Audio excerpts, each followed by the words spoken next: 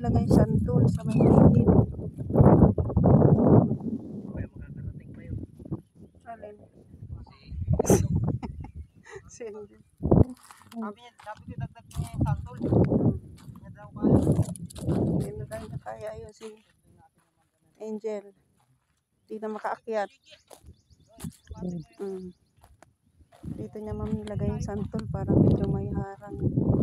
Pagka mainit ay diyan. Oh, yan hanggang doon diretso. Basta dyan sa balis bisa niya nilagay. Ini sa isa. Ayun si Angel ma'am. Hindi na makaakyat.